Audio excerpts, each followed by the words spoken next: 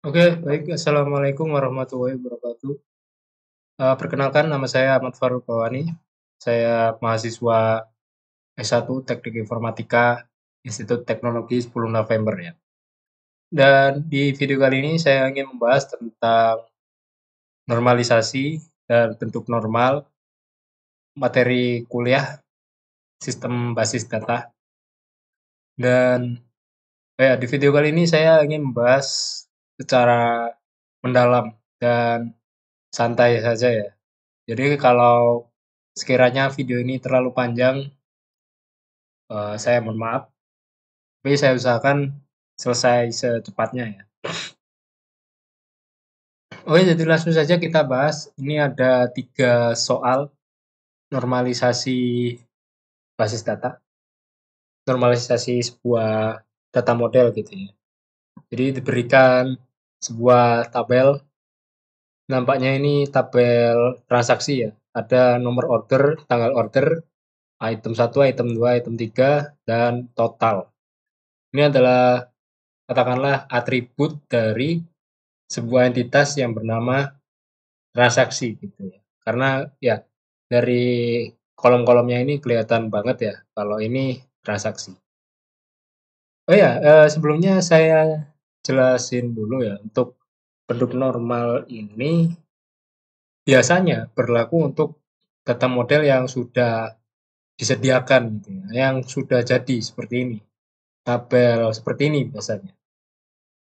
Jika kita membuat sebuah data model dari awal, mulai dari Entity Relationship Diagram, ERD, kemudian CDM, konseptual data modelnya, sampai ke data model fisik, PDM, itu biasanya sudah memenuhi bentuk minimal ya, minimal 2NF. Dan malah kebanyakan yang kita buat itu sudah memenuhi 3NF. Dan 3NF itu sudah cukup baik, sudah yang paling oke lah, yang ideal dan praktis untuk kita terapkan di dunia nyata. Namun dalam teori basis data, sebuah data model itu dikatakan lebih sempurna ya, apabila sudah memenuhi sampai 5NF. Bahkan ada 6NF, tapi 6NF itu jarang ya, jarang dikenal dan sangat tidak praktis. Karena semakin tinggi bentuk normalnya itu semakin tidak praktis dan semakin tinggi tentunya kompleksitasnya. Dan oh ya, ini saya ngobrol soal normalisasi tapi belum dijelasin ya. Normalisasi itu untuk apa? Oke. Jadi normalisasi itu singkatnya untuk me- mengubah sebuah data model itu menjadi lebih sempurna lagi, menjadi lebih dalam tanda kutip normal gitu ya. Dan normal di sini itu bisa dikatakan ideal sih, lebih ke arah ideal dan biasanya itu karakternya dia itu tidak ada redundansi data atau penulisan data yang berkali-kali, penulisan data yang berlebihan. Jadi ada data yang ditulis berkali-kali gitu. Seperti contohnya gini, P1 ditulis lagi P1 di sini. Nah, ini redundansi namanya. Gitu ya. Dan ketika kita melakukan normalisasi, itu nggak akan terjadi. Oke, langsung aja ke latihan satu ini. Jadi diminta untuk menentukan bentuk normalisasinya dari tabel ini. Nah, tentunya untuk melakukan normalisasi itu kita harus cek dua hal, yaitu functional dependency, non-trivial, dan primary key. Nah, functional dependency itu apa? Functional dependency itu kan sebuah hubungan, hubungan relasi dari antara atribut, atribut atau kolom gitu loh. Itu adalah functional dependency. Dan functional dependency itu ada yang trivial dan non-trivial. Yang trivial itu biasanya kalau misalkan gini ya, ini kan nomor order, tanggal order gitu ya. Nah, kalau yang trivial itu nomor order menentukan nomor order gitu. Jadi dia menentukan hal yang sama. Bisa dikatakan seperti apa ya? Fx sama dengan x gitu untuk functional dependency trivial. Tapi kalau functional dependency non trivial itu memberikan informasi baru. Dalam hal ini, nomor order menentukan tanggal order. Tanggal order ini berbeda dengan nomor order. Sehingga ini sebuah informasi baru, dan itulah yang dinamakan dengan functional dependency non-trivial. Dan apa lagi ya? Ya, itu. Di sini juga bagian nomor order ini disebut determinan, dan yang di sebelah kanan ini disebut dependent attribute gitu ya. Jadi determinan ini menentukan informasi di sini. Definisinya sih gini, kita mengetahui determinan, maka kita bisa mengetahui nilai dependent gitu. Jadi apapun itu tergantung tergantung determinan. Determinannya berapa, nanti kita tahu dependentnya berapa gitu. Jadi seperti fungsi x, fx sama dengan x gitu loh, ya. Nah, functional ya namanya juga function gitu ya. Nah, functional dependency non-trivial itu yang kita perlukan untuk cek informasi yang baru, sedangkan yang functional dependency trivial itu bisa kita abaikan begitu. Nah, kalau di tabel ini ya, di tabel ini tidak dijelasin ceritanya. Maksudnya itu sistem bisnis yang terjadi di tabel ini. Nah, karena nggak ada, maka kita bisa melakukan sebuah asumsi. Kita bisa membuat sebuah asumsi. Asumsi umum pada sistem bisnis pada umumnya. Dan secara umum, kita tahu bahwa sebuah bisnis, kalau dalam sebuah transaksi gitu ya, ini kan konteksnya transaksi ya. Transaksi itu, kita menghitung total pesanan dari total harga per item. Dari total harga per item 1, 2, 3 ini. Nah, sehingga ada functional dependency, item menentukan total. Gitu. Nah, dalam kasus tabel ini, itu bukan hanya item dengan total, tapi juga ada nomor order menentukan tanggal order. Karena gini loh, nomor order itu dia 1, 2, 3 ya, nomor order gitu ya. Nomor order segini, dia terjadi tanggal segini. Nah, gitu maksudnya. Masuk akal ya? Jadi, kita tahu nomor order ini, maka kita akan tahu tanggal ordernya. Sehingga ada functional dependency nomor order menuju tanggal order, menentukan tanggal order. Namun untuk functional dependency ini dia terbuka kemungkinan untuk tidak valid, sehingga kita harus revisi gitu ya setelah dinormalisasi. Ini agak belibet nih ya ngomongnya. Oke, kemudian setelah kita mengecek functional dependency, kita mengecek primary key. Untuk mengecek primary key, kita itu bisa menggunakan petunjuk. Yang pertama, primary key atau PK itu atomik atau berupa nilai tunggal. Kemudian PK itu independen. Nah, maksud dari independen itu dia dari functional dependency non-trivial ini. Karena kalau PK itu dependent, ada beberapa kasus sih. PK itu dependent. Itu jika ya functional dependency trivial. Misalkan X menentukan X gitu. Itu functional dependency trivial. Itu kan artinya X bergantung pada X. X bergantung pada dirinya sendiri. Ya enggak? Nah, itulah yang disebut sebagai dependent primary key.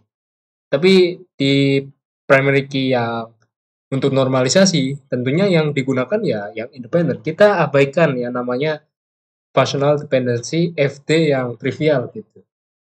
Kemudian ada juga frekuensi kemunculan atribut yang sama.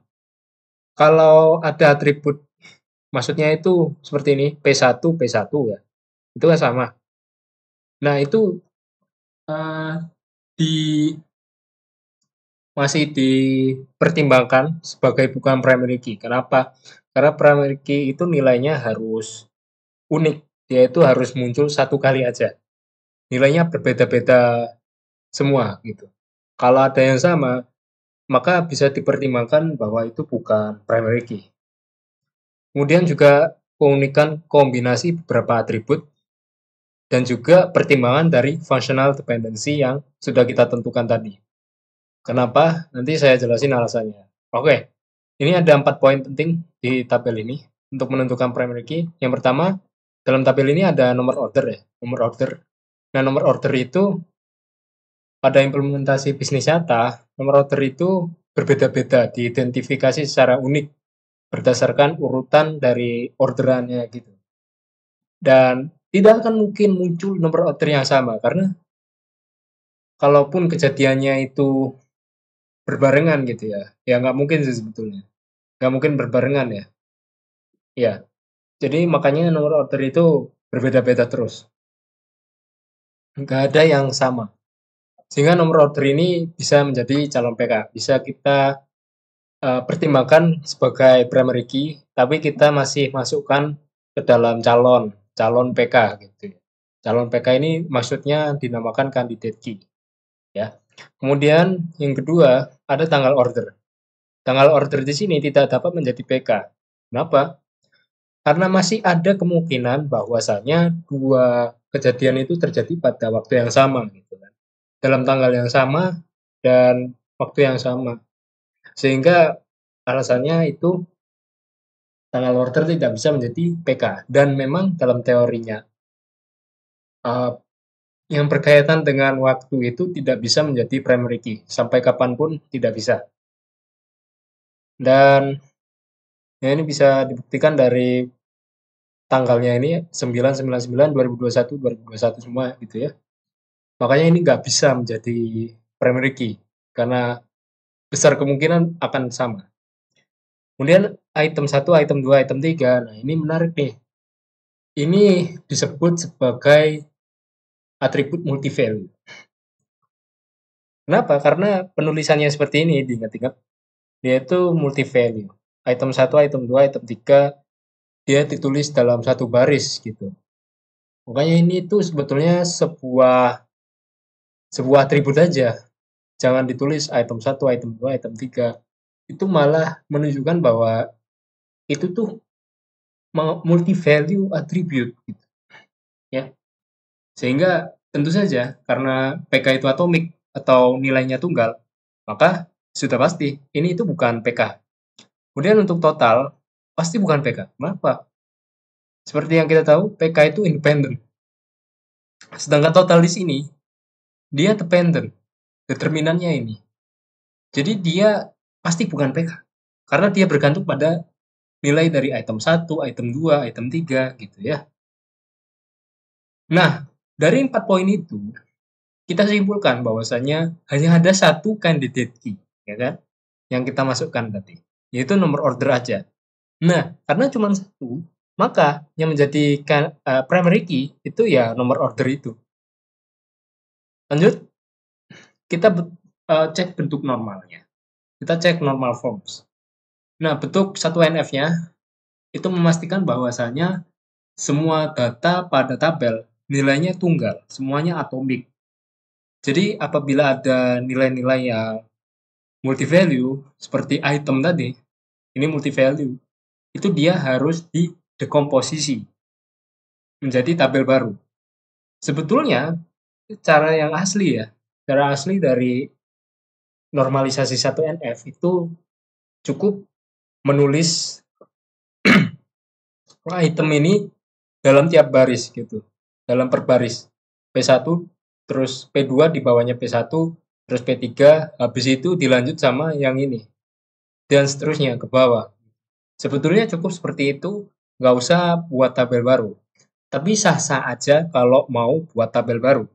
Karena ya cara yang lebih cepat dan lebih efisien itu sebetulnya memecah tabel, dekomposisi tabel langsung gitu. Nah, karena ada pemecahan tabel gitu ya, maka ini juga ada perubahan functional dependency, di mana di tabel 1 untuk functional dependency 1 tadi, total bergantung pada item 1, item 2, item 3 kan. Dia menjadi nomor order PK menentukan total. Kenapa? Karena di tabel 1 ini hilang gitu ya. Di tabel ini dia terpisah menjadi tabel baru. Tidak tidak ada di tabel ini lagi. Sehingga ini bergantung pada siapa lagi? Ya, tentunya bergantung pada PK-nya. Bergantung pada super key. Nah, ini saya jelasin juga ya soal super key. Jadi super key itu gini konsepnya. Suatu tabel itu harus ada, kalian harus tahu super key-nya. Super key itu yang membedakan baris satu dengan baris lainnya. Contohnya nomor order ini. Nomor order tadi kan kita sudah pastikan bahwasanya dia nilainya beda semua, unik. Tidak akan ada muncul nomor order yang sama. TR001 ya TR001 aja. Nggak akan muncul seperti ini.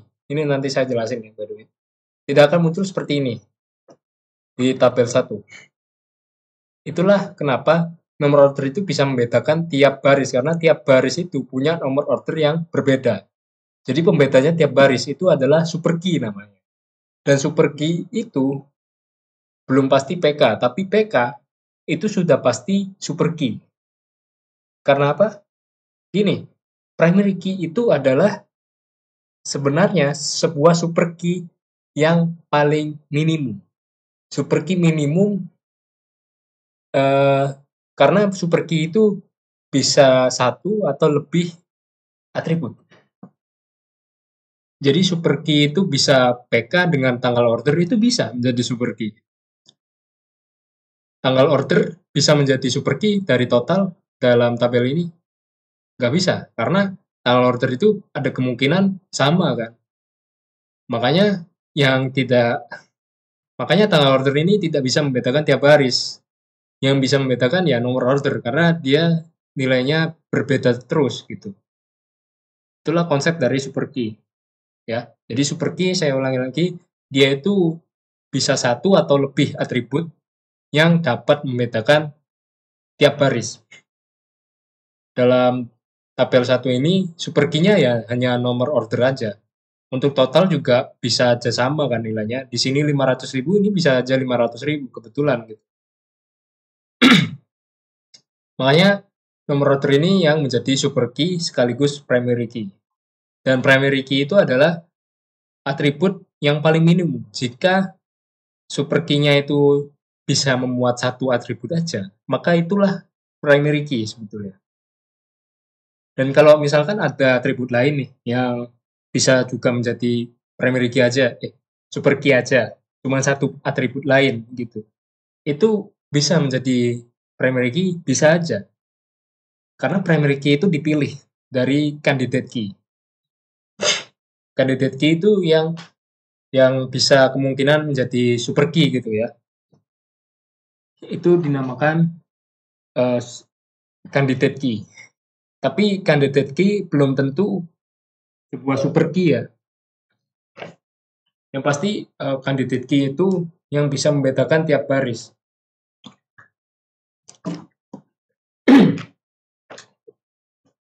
Oke, seperti itu. Terus selanjutnya di sini ada tabel baru ya. Ini setelah kita lakukan normalisasi dia terbentuk tabel baru, dan tabel baru ini tuh mengikuti konsep dari CDM sebetulnya. CDM dan PDM. Dimana ketika kita mempunyai atribut multi value, kita buat entity baru gitu kan. Dan entity baru itu dia bersifat weak entity. Itulah kenapa di sini itu weak entity. Dan pada saat kita konversi CDM menuju PDM, maka foreign key dari primary key dari tabel induk itu dia akan menjadi foreign key di tabel weak entity. Itu adalah teori di PDM gitu ya. Nah, kemudian ya yang berubah hanya itu aja ya, yang functional dependency, yang berubah hanya nomor order sama total. Pokoknya total ini kalau misalkan ini determinannya hilang gitu ya. Total ini dia mengikuti nilai dari super key. Super key atau yang paling aman itu ya primary key gitu. Untuk yang lainnya tetap sama sih ya. Oke, lanjut. Setelah bentuk 1NF terpenuhi, kita cek bentuk 2NF. Ternyata dia sudah terpenuhi. Kenapa? Karena di 2NF, kalau ada sebuah atribut bergantung pada primary key, maka dia itu harus bergantung pada semua primary key. Jadi dalam satu tabel itu bisa ada lebih dari satu primary key ya, by the way. Karena primary key itu yang paling minimum gitu ya. Super key yang paling minimum. Jika super key-nya itu tidak mungkin satu atribut aja, butuh atribut lain supaya menghasilkan kombinasi nilai yang unik tiap baris, maka dua atribut itulah yang menjadi primary key. Karena minimum dua atribut itu yang bisa membedakan tiap baris gitu kan. Masuk akal ya? Makanya primary key itu bisa lebih dari satu atribut. Bisa dua, tiga, terserah. Yang penting minimum. Nah, Nah, itulah alasan kenapa di 2NF ketika suatu atribut itu bergantung pada primary key, maka primary key-nya itu semuanya maka atribut itu harus bergantung pada semua primary key. Kalau primary key-nya ada dua, ya berarti atribut itu harus bergantung pada kedua primary key itu. Kalau ada tiga atribut yang primary key, berarti yang dependent itu harus bergantung pada ketiga-tiganya, gitu. Nggak boleh hanya bergantung pada satu, nggak boleh. Dan ini bisa kita cek di functional dependency yang kita tentukan. Kita bisa lihat di sini bahwasanya total itu bergantung pada PK nomor order. Dan di sini kebetulan cuma satu PK aja. Makanya dia sudah memenuhi 2NF. Kemudian total order juga sudah memenuhi. Kemudian yang keempat ini dia FK ya, bukan PK. Jadinya dia terhindar dari masalah 2NF sehingga terpenuhi gitu. Kemudian bentuk 3NF dia juga sudah terpenuhi. Nah, bentuk dari 3NF ini menormalisasi masalah partial dependency attribute. Partial dependency dalam functional dependency. Maksudnya itu jika katakanlah ya di sini itu bukan primary key, teman-teman. Dia itu atribut biasa seperti ini. Ini kan atribut biasa nih sebetulnya di awal. Dia bukan primary key, teman-teman. Dan kalau misalkan item 1, 2, 3 ini dia bergantung pada primary key ternyata di functional dependency lain, maka ini bergantung pada PK, kemudian total bergantung pada ini, yang padahal ini bergantung pada PK. Nah, itulah yang dimaksud dari masalah di 3NF, masalah partial dependency. Pokoknya dalam partial dependency, teman-teman, semua atribut yang bergantung itu dia harus bergantung pada atribut primary key atau atribut key. Dia kalau ada non key yang menjadi determinan atribut biasa, maka dia nggak sah, dia tidak memenuhi 3NF. Dalam kasus ini karena dia sudah primary key, ini juga foreign key, ini nomor order primary key, semuanya kan key semua ini. Maka dia memenuhi 3NF. Kemudian bentuk BCNF atau Boyce Code Normal Form. Dia juga sudah terpenuhi. Kenapa? Dalam BCNF itu semua determinan harus super key definisinya. Nah, di sini kan nomor order dia PK. PK itu super key minimum.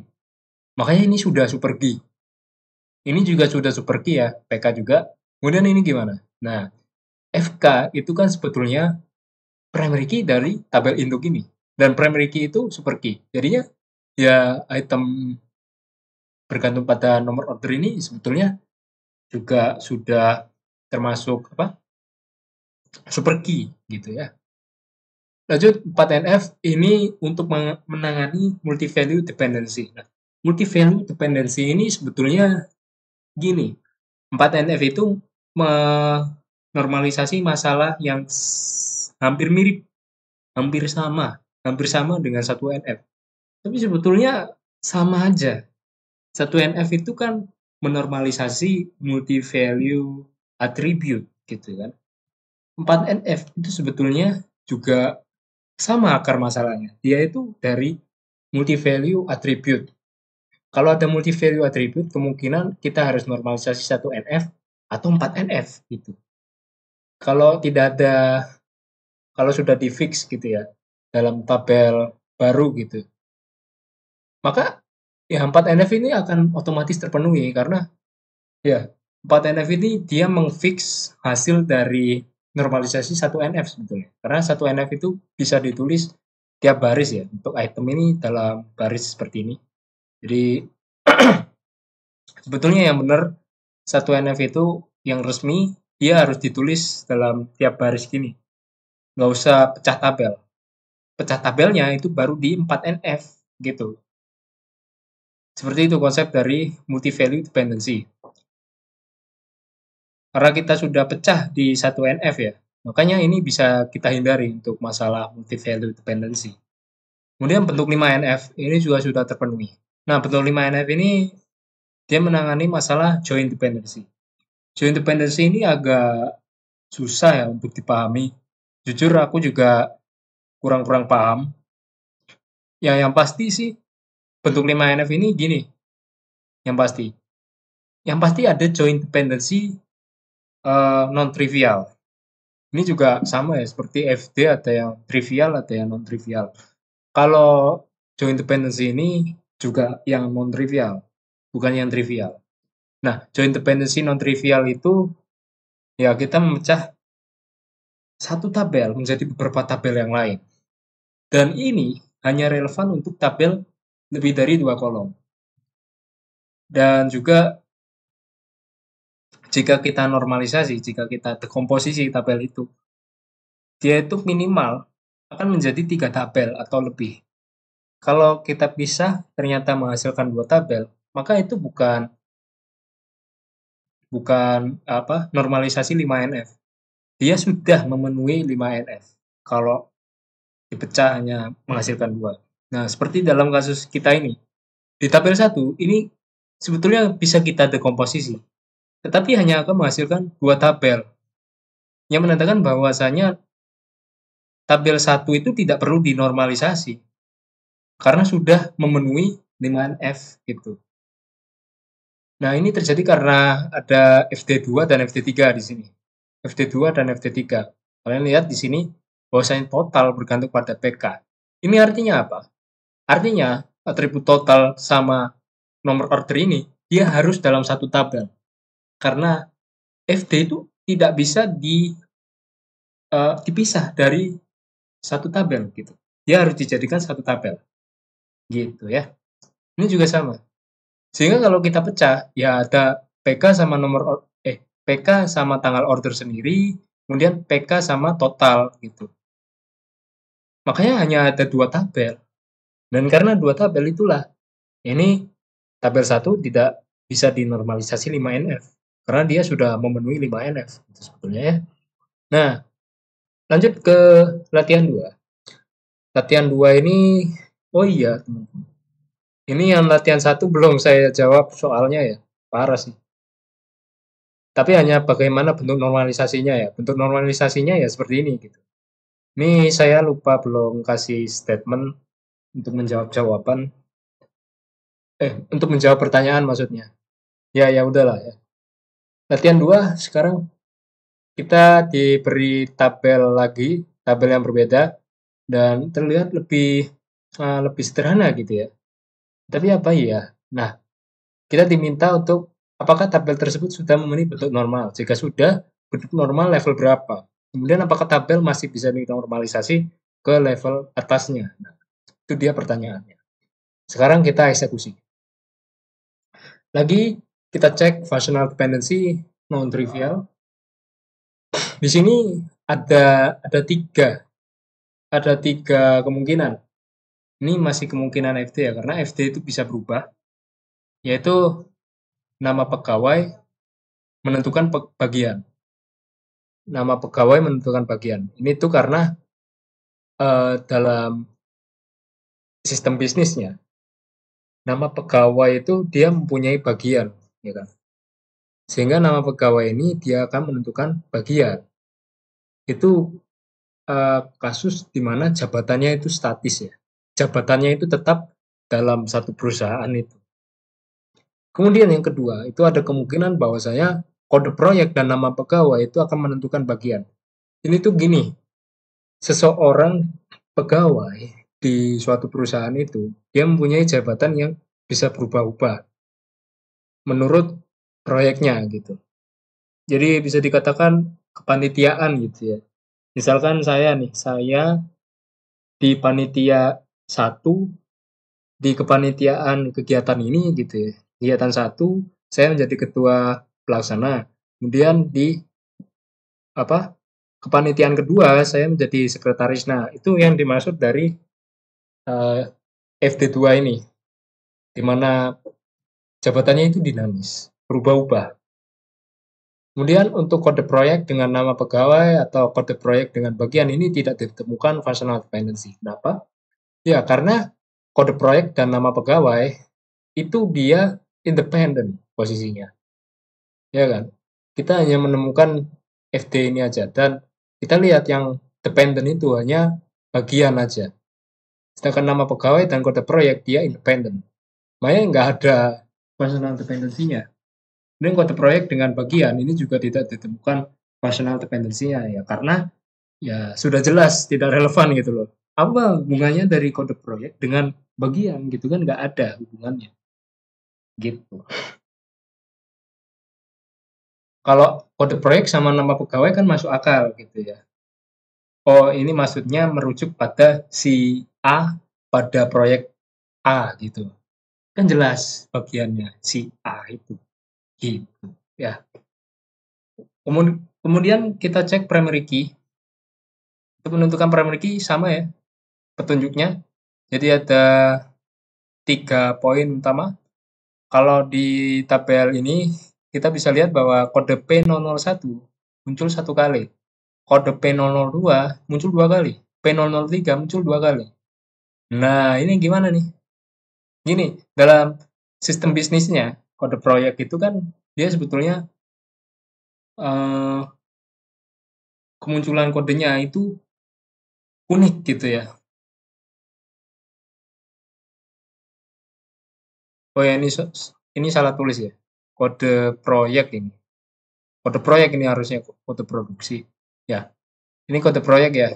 Kode proyek ini tidak mungkin atribut yang cukup untuk menjadi super key karena dia muncul beberapa kali.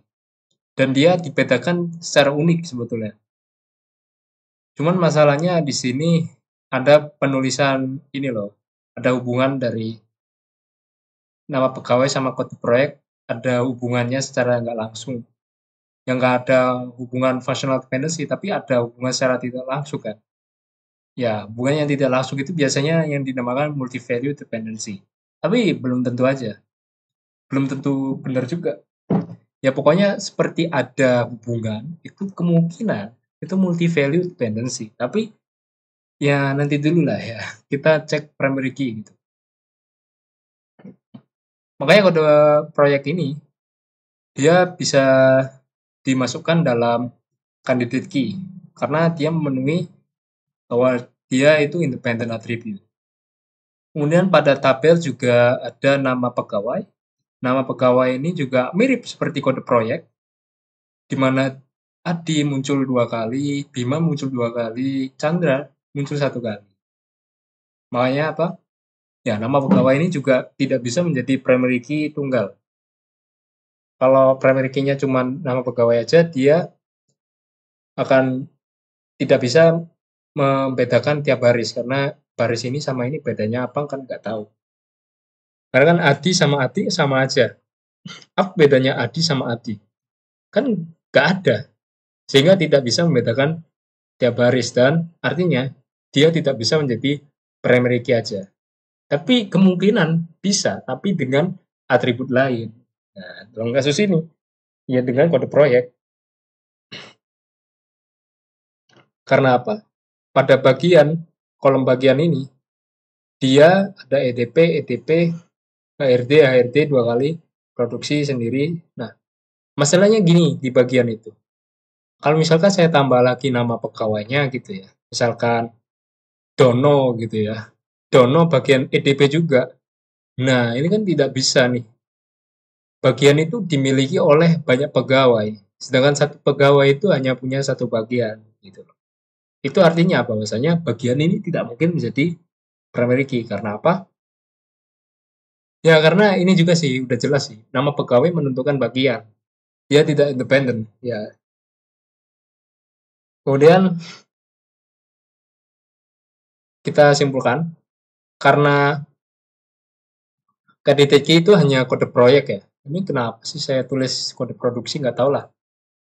Sorry ya, ini agak mengantuk ini. Saya buatnya agak ngantuk, malam juga. Ini harusnya kode proyek ya. Kode proyek sama nama pegawai ya untuk KDTK-nya. Maka sudah bisa dipastikan bahwasanya dua-duanya ini harus menjadi primary key. Karena salah satu aja itu nggak cukup jadi super key.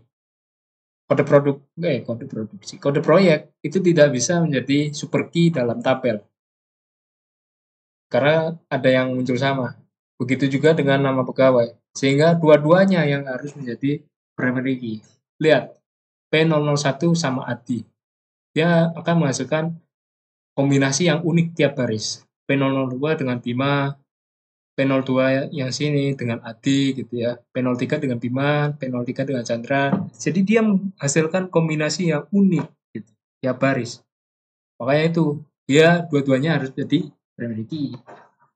Kemudian cek normal forms. Untuk bentuk satu NF, ya ini udah jelas ya, tidak ada multi value attribute di sini. Kalau ada multi value attribute itu biasanya ada ditulis tanda kurung kurawal, terus value-nya apa aja gitu dalam satu baris gitu. Nah, itu tuh yang multi value atau yang seperti ini gitu. Di sini kan nggak ada, ya udah nggak ada. Nilainya tunggal semua nih, gitu ya. Sehingga ini memenuhi. Kemudian bentuk 2NF. Nah, ini itu tergantung konteks lagi. Jika FD1, jika di apa namanya? Nama pegawai ini menentukan bagian atau jabatannya statis, maka dia akan melanggar bentuk 2NF. 2NF itu tidak ada partial dependency ya. Seperti yang udah aku katakan tadi, bahwasanya nama pegawai di sini menjadi PK dia. Karena dia sudah menjadi PK dan bagian ini bergantung pada PK, dan PK-nya itu ada kode proyek juga, maka bagian ini juga harus bergantung pada kode proyek. Namun sayangnya di FD1 ini, nama pegawai aja yang menentukan bagian. Kode proyek tidak menentukan bagian. Nah, itulah alasan kenapa ini akan melanggar bentuk 2NF. Gitu. Kemudian, yang FD2, kode proyek dengan nama pegawai menentukan bagian. Nah, ini dia memenuhi bentuk 2NF karena bagian ini bergantung pada PK yang satu ini dan juga PK yang ini. Itulah alasan kenapa dia memenuhi 2NF. Oh ya, tadi saya ngomong 3NF tentang apa? Tentang partial dependency ya. Enggak. Untuk 3NF itu pokoknya dia bukan partial dependency sih. Apa ya namanya ya? Aku agak lupa sih, maaf ya. Pokoknya yang pasti semua determinan itu atribut key. Kalau ada atribut non key yang menjadi determinan, maka dia tidak memenuhi 3NF ya. Maaf. Tadi saya bilang partial dependency ya. Yang partial dependency itu yang 2NF. Nah, jadi dari sini aja itu kita bisa jawab dua pertanyaan. Itu apakah tabel sudah memenuhi bentuk normal? Jawabannya ya, gitu ya. Kemudian jika sudah bentuk normal level berapa? Nah, ini saya jawab memenuhi bentuk 1NF. Kenapa? Karena secara default, asumsi umumnya dalam satu perusahaan itu jabatannya tetap, jabatannya statis. Dia nggak bergantung pada proyek ini, proyek itulah. Karena itu tuh udah apa ya? Tidak di ranah perusahaan gitu loh. Biasanya di ranah yang individual seperti saya mahasiswa gitu, individu. Maka saya jabatannya ya, dinamis gitu. Konteksnya berbeda gitu ya, guys ya. Konteks perusahaan dan konteks individu itu berbeda. Nah, kalau dalam konteks perusahaan umumnya itu ya dia cuman satu bagian dalam satu perusahaan alias jabatannya statis. Oke, lanjut. Apakah tabel masih bisa dinormalisasi ke level atasnya? Tentu saja, karena kita masih bisa normalisasi 2NF. Caranya Sama. Dalam normalisasi itu caranya cuma satu ya teman. Dan semuanya itu sama caranya, yaitu dekomposisi tabel. Hanya saja yang satu NF itu tadi, kita itu bisa milih mau dekomposisi tabel atau tulis per baris saja. Gitu. Kemudian kita cek 3 NF, 4 NF, 5 NF, dan BCNF. Nah, di poin pertama ini salah ya, sudah tidak ada partial dependency. Partial dependency. Enggak. Ya pokoknya semua atribut non-key itu bukan determinan. Semua determinan itu atribut key sehingga ya dia memenuhi 3 NF. Kemudian semua determinan adalah super key. Ya, ini udah jelas sih sebetulnya. Sudah jelas bahwasanya fakta ya 3 NF tadi memastikan semua determinan itu key. Key itu sudah pasti super key sebetulnya. Ya enggak? Makanya itu BCNF ini sangat langka ya untuk kita normalisasi. Kalau kita melakukan normalisasi BCNF, itu kemungkinan bukan gara-gara normalisasinya, tapi gara-gara kitanya yang salah gitu.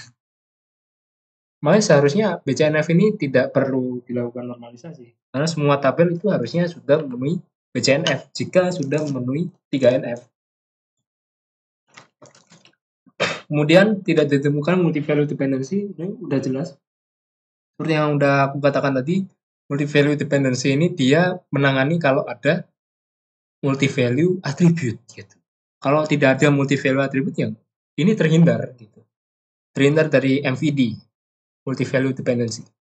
Kemudian tidak ditemukan joint dependency juga karena yes, tidak relevan. Dia hanya dua kolom, ini juga dua kolom. Sehingga ya joint dependency itu nggak relevan. Jadi dia langsung memenuhi 5 NF. Jadi ya seperti itu jawabannya. Apakah tabel masih bisa dinormalisasi? Jawabannya ya. Jadi kita hanya perlu normalisasi sampai 2 NF aja. Setelah itu tabel sudah normal hingga 5 NF. Kemudian latihan 3. Ini juga mirip ya. Kita disajikan tabel lagi. Ini lebih kompleks sepertinya. Apakah sudah memenuhi bentuk normalisasi? Jika belum, bagaimana bentuk normalisasi yang seharusnya? Oke, untuk soal ini nampaknya tabel perkuliahan gitu ya. Tabel kuliah. Karena ada nama mahasiswa dan dosen, kemudian NIP, NRP, matkul. Nah, ini kan udah jelas nih. Ini itu tabel kuliah. Tabel kuliah lah. Oke, tentu saja kita mulai dari cek functional dependency non-trivial ya. Di sini ada 4 poin penting. Ini untuk sistem bisnisnya sih. Sistem bisnisnya itu di perguruan tinggi yang umumnya. Ya, ini rujukannya sih sebetulnya dari ITS sendiri sih. Saya rujuknya dari sistem di ITS, di mana NRP itu nomor registrasi pokok atau NIM. Di ITS itu NRP ya by the way. Makanya ini NRP contohnya. Bukan NIM, tapi NRP. Nah, maka NRP ini milik tiap mahasiswa dan nilainya itu unik. Sifatnya unik NRP ini. Jadi tiap mahasiswa itu NRP-nya beda-beda semua untuk mengidentifikasi tiap mahasiswanya. Kemudian juga NIP juga sama. Ini diberikan oleh lembaga pemerintah kepada pegawainya. Nah, dalam konteks perguruan tinggi ya, perguruan tinggi yang memberikan NIP kepada semua dosennya. Dan NIP juga bersifat unik, sama seperti NRP. Kemudian yang ketiga, ini mahasiswa dapat mengambil beberapa matkul sekaligus dalam satu semester. Ya, jelas ya, karena nggak mungkin loh, satu semester satu matkul. Dia terlambat lulus atau gimana. Ya pasti jelas saya, matkul itu ada lebih dari satu dalam satu semester. Kemudian yang keempat, dosen juga dapat mengampu beberapa matkul sekaligus dalam satu semester dan juga berlaku sebaliknya ya untuk 3 dan 4. Dan ini benar banget teman-teman. Matkul itu bisa diajar sama dosen yang sama, tapi dosen itu juga bisa ngajar matkul yang berbeda. Paham nggak maksud? beberapa matkul bisa diajar oleh satu dosen. Dalam ya di ITS sih seperti itu. Nah, dari poin nomor 1 dan 2 didapat bahwasanya ada functional dependency. NRP menentukan nama. Nama bergantung pada NRP gitu ya. Ini juga NIP juga sama, NIP menentukan dosen gitu. Kita simpan ini sebagai functional dependency 1 dan FD2. Nah, untuk nomor 3 dan 4 nih gimana? Nah, ini tidak dapat ditentukan FD-nya secara langsung. Ini dikarenakan terdapat relasi atribut yang many to many. Nah, ya ini yang perlu diperhatikan teman-teman. Bahwasanya FD itu selalu one to one relasinya. Jadi seperti kalau kalian lupa, FD itu relasi tiap atribut ya. Saya ulangi lagi, dia itu sebetulnya relasi tiap atribut, antar atribut, kok tiap? Ya, antar atribut itu FD. Dan FD itu hubungannya one to one. Namanya juga function gitu. Function itu one to one, teman-teman. Dan sedangkan di sini many to many. Sehingga ini tidak dapat ditentukan FD-nya secara langsung. Nah, gimana caranya? Maka kita lihat FD1 sama FD2. Jika kita lihat nama sudah dapat diketahui dari NRP. Dosen dapat diketahui dari NIP. Nah, yang terakhir, mata kuliah belum dapat ditentukan oleh yang lainnya gitu kan. Tapi dari sini itu ada hubungan bahwa matkul ini ditentukan oleh mahasiswanya karena mahasiswanya itu yang menentukan matkulnya. Dia dapat mengambil beberapa matkul. Begitu juga dengan dosen. Dosen itu dapat memilih dia mau mengajar matkul apa gitu. Dia bisa mengambil beberapa matkul juga dosen ini. Sehingga apa? Ya, bisa disimpulkan bahwasanya matkul bergantung pada keberadaan dosen dan mahasiswa. Ya enggak? Atau dapat ditulis NIP menentukan matkul. Kenapa? Karena NRP dan NIP itu adalah determinan di FD yang sebelumnya. Dan karena dia sudah determinan, ya otomatis kita gunakan sebagai determinan juga dong. Ya enggak? Masuk akal? Karena NRP dan NIP itu sudah pasti menghasilkan gabungan yang unik dibandingkan nama atau dosen. Ya enggak? Nama kan bisa aja sama. Budi sama Budi sama, ada yang sama namanya, ya enggak? Dosen juga gitu. Nah, cuman gini, masalahnya kalau kita pakai FD3 yang ini, kita akan melanggar 3 dan 4. Gara-gara apa? Lebih tepatnya sih 4 sih. Gara-gara apa? Akan ada kemungkinan bahwasanya SBD dan Alim itu diajar sama dosen yang sama. Atau bahkan semua matkul ini itu bisa diajar, diampu oleh dosen yang sama. Misalkan Bapak X. Makanya ditulisnya ini Bapak X, Bapak X, Bapak X sampai bawah. Karena semua matkulnya ini diampu oleh Bapak X. Apa yang terjadi? Yang terjadi adalah NIP ini juga akan sama. Ya kan? Karena dia NIP ini terhubung dengan dosen. Kita bisa menentukan dosen dari NIP. Nah, karena dosennya sama semua, yang nilai di sini juga sama semua kan. Karena jika kita tahu NIP, maka kita bisa tahu dosen. Sehingga dia terhubung secara langsung gitu. Makanya ini bisa kemungkinan sama semua sampai terakhir. Sehingga apa yang terjadi? Well, kombinasi NRP dengan NIP itu semuanya jadi sama. Ini kan ada yang muncul sama nih. Kombinasinya dia jadi sama. Nah, itulah alasan kenapa kita tidak boleh menggunakan FD3 yang ini.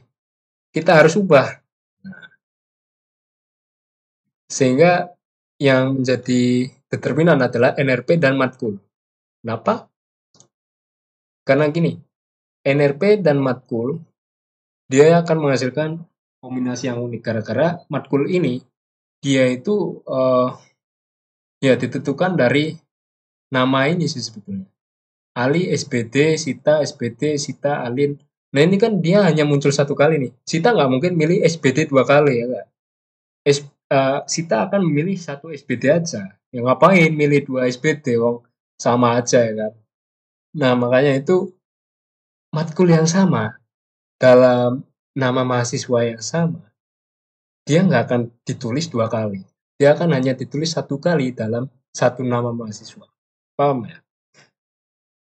Di Sita, SBD ditulis 1 kali, di Sita di sini, Alin juga cuman ditulis 1 kali.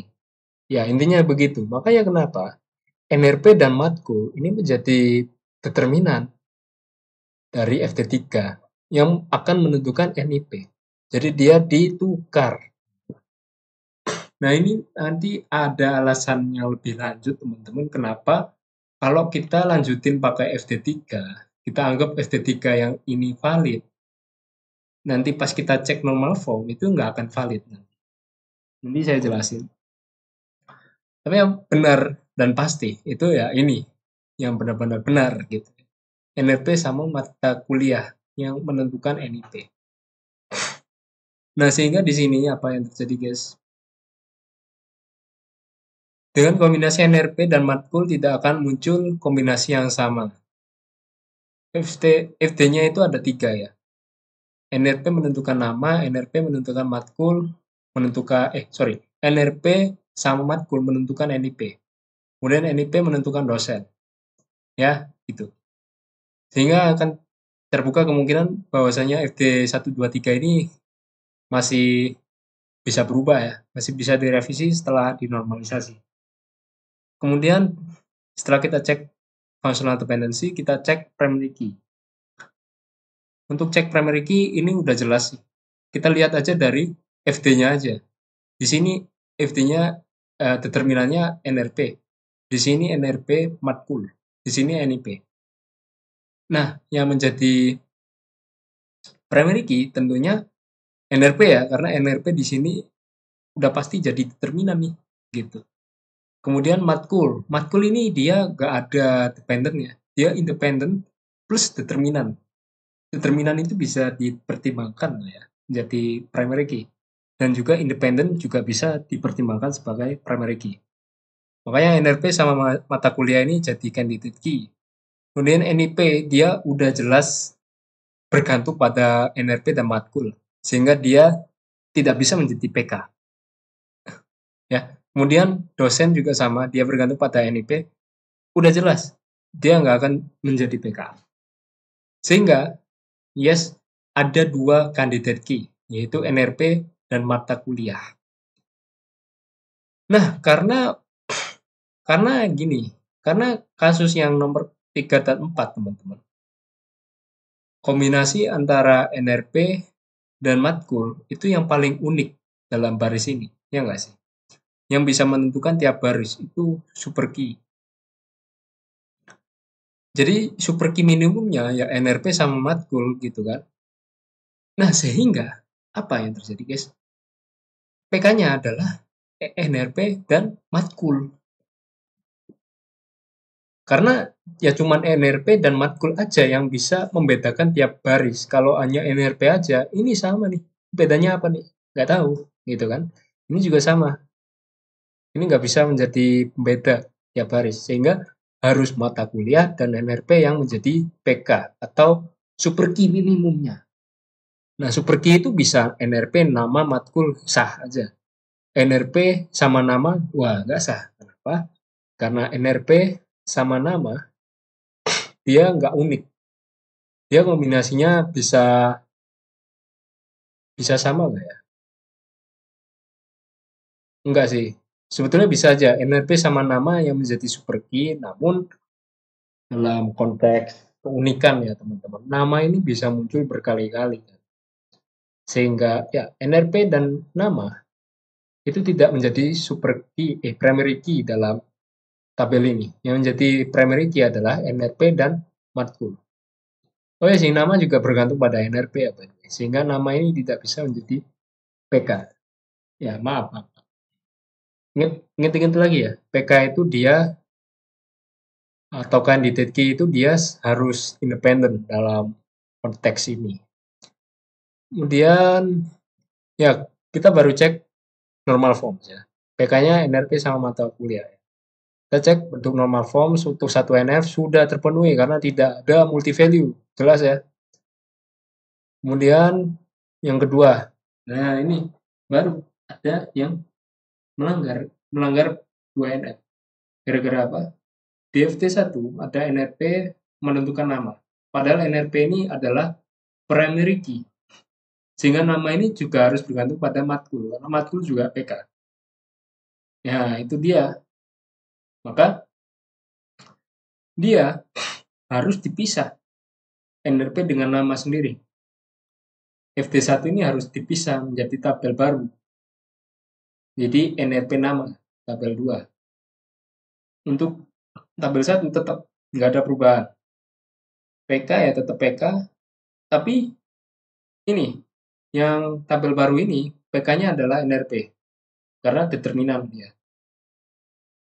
Karena PK-nya NRP ya, di tabel 1 dia menjadi FK juga selain jadi PK. Ini valid. Nggak ada masalah ya teman-teman. PK menjadi FK sekaligus nggak ada masalah. Gitu ya. Nah, kemudian di sini ada update functional dependency ya untuk update dari tiap tabel. Di tabel kedua ini ada PK NRP menentukan nama. Kemudian di tabel 1 ada NRP matkul menentukan NIP, NIP menentukan dosen. Nah, kemudian di 3NF itu dia juga tidak terpenuhi ternyata. Kenapa? Karena kalian lihat di sini, ini key attribute, ini key attribute juga. Ini apa ini? Atribut biasa, atribut non-key. Sehingga karena dia atribut non-key, dia harus menjadi atribut key biar memenuhi 3NF gitu. Caranya apa? Sama, dekomposisi tabel. Jadi dipisah lagi, NIP dosen itu dipisah menjadi tabel baru. Jadi kalau ada FD yang tidak memenuhi bentuk normal form ya, ini pasti yang paling banyak itu kasusnya functional dependency-nya yang nggak memenuhi 3NF, functional dependency-nya yang nggak memenuhi syarat normal forms gitu. Makanya FD ini yang akan dipisah teman-teman ya, paham? Jadi FD yang nggak memenuhi ini dipisah aja dari tabel. Sehingga tercipta 3 tabel secara keseluruhan, yaitu tabel 1, tabel 2, tabel 3, di mana tabel 1 di sini semuanya key attribute. Ya enggak. PK1 itu NRP, PK2-nya matkul. NRP juga menjadi FK dari tabel 2 ini. Kemudian ada tabel baru di mana NIP menjadi PK karena ini harus menjadi key attribute. Dan key attribute di tiap tabel itu selalu ada key attribute ya. Ini saya disclaimer lagi juga. Tiap tabel itu harus ada primary key. Makanya itu tabel 3 itu primary key-nya ya NIP. NIP kan yang determinan. Sehingga NIP menjadi PK dan di tabel 1 dia menjadi FK. Dia menjadi foreign key. Gitu ya. Sehingga update functional dependency-nya seperti ini. Sekarang semuanya sudah key attribute. Gitu. Ini FK. Nah, kemudian bentuk BCNF juga sudah terpenuhi. Ini artinya apa yang kita lakukan sudah valid juga. Karena ya semua determinan dalam FD ini semuanya key attribute. Dan key attribute PK sih lebih tepatnya. Dan PK itu super key. Makanya semua determinan ini sudah super key, ya udah memenuhi BCNF. Kemudian bentuk 4NF sudah terhindar karena tidak ada multi value attribute. Kemudian bentuk 5NF ini juga sudah terpenuhi karena apa? Ini dua kolom, nggak relevan dengan konsep joint dependency, ya kan? Nah, kemudian untuk 5NF yang tabel 1 gimana? Nah, yang tabel 1 karena ada FD2 di mana ini NRP dan matkul menentukan NIP, ini harus jadi satu kesatuan. Ini satu kesatuan tabel, teman. FD2 ini. Dia satu tabel. Makanya ini nggak bisa dipecah jadi tabel lain. Nggak bisa. Karena ada FD.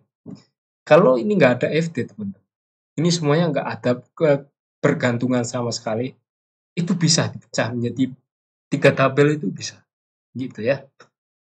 Sehingga akan terjadi normalisasi 5NF. Itu bisa aja, gitu. Nah, dari sini kita bisa menjawab nih, apakah sudah memenuhi bentuk normalisasi? Jika belum, bagaimana bentuk normalisasinya? Nah, jawabannya belum karena masih 1NF gitu ya.